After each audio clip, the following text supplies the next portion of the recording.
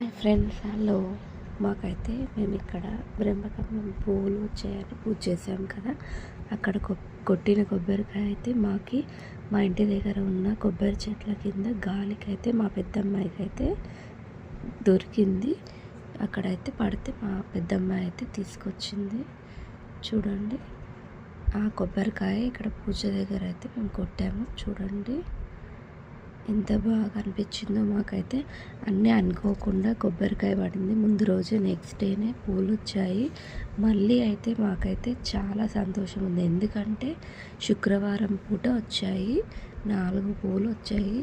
అసలు మా ఇంటికి లక్ష్మీదేవి వచ్చినట్టే అనిపించింది మాకు. అసలు ఎంత బాగా అనిపించిందో ఫ్రెండ్స్. చూడండి, లాస్ట్కి అయితే హారతి ఇచ్చాను. ప్రసాదం అయితే అటుకులు, తడిపిన అటుకులు పెట్టి పంచదార వేసాను. చూడండి ఫ్రెండ్స్, హారతి ఇచ్చి అందరైతే తీసుకుంటున్నాము. చూడండి, వారం వచ్చిన తర్వాత అందరు తీసుకుంటున్నాము. చూడండి ఫ్రెండ్స్, అందరికైతే ఇచ్చాను. 5 మంది ముత్తైదులకైతే తాంబూలం ఇవ్వమన్నారు.